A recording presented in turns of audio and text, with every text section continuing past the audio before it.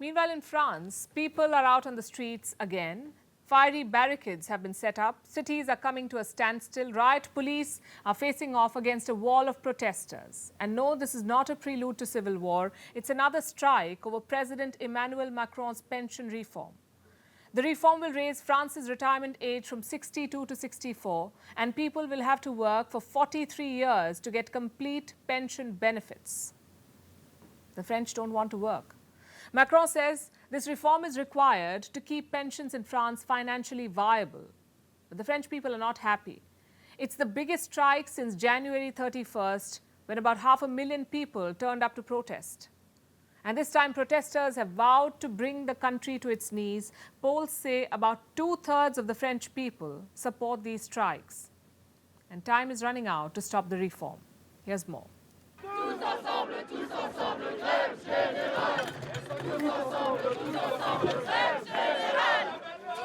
The latest protest in France has begun.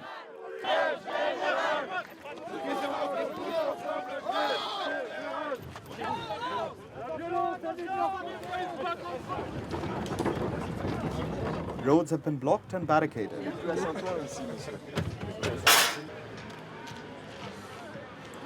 The makeshift ramparts were set ablaze.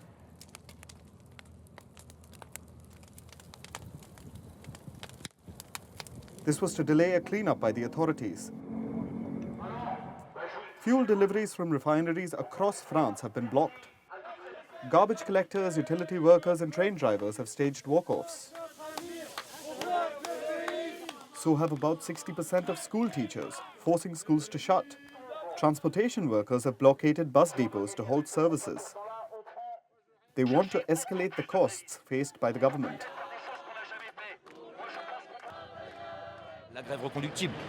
Disheartening of the movement is what the government wants. It's going to cost them a lot politically, and it's also going to cost the employers a lot economically, because a day of the general strike means 1.5 to 2 billion euros lost every day for companies. Strike actions had already begun on Monday. Truckers blocked major highways and intersections, forcing traffic to slow down. The go-slow actions have been dubbed escargot, the French word for snail.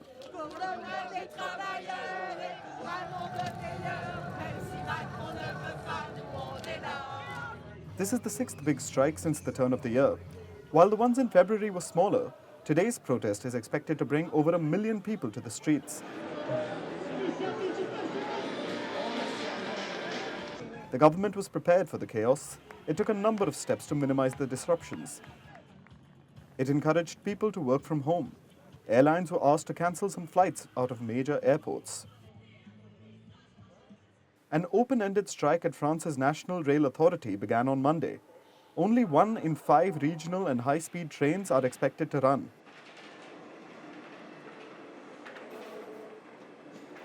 Authorities warned people that trains to Spain and Germany would grind to a halt. Trains between France and the UK were reduced by 1/3.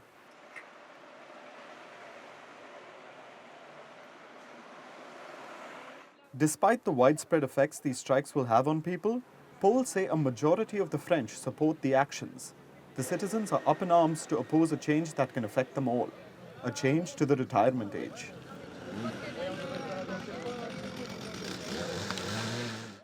French President Emmanuel Macron wants to raise France's retirement age from 62 to 64. And to receive full pension benefits, people will need to work for 43 years. Simple math tells us this means only those who start working at 21 can actually retire at 64, that too without breaks. Those who go for higher studies or women who take a break to have and raise children usually have to work longer anyway. Opponents of the pension reform say it will add to the burdens of those already struggling. Macron says the reforms are imperative. If things don't change, deficits are predicted in France's pension system over the next 25 years. Supporters also argue that neighboring countries have raised retirement ages as life expectancy has increased. Italy, Germany and Spain have moved towards raising the official retirement age to 67. In the UK, it's currently 66. Macron's reform is also seen as a step in keeping the French economy globally competitive. But according to polls, supporters of his plan account for only about 32% of the population. The rest of the country is against him and taking to the streets.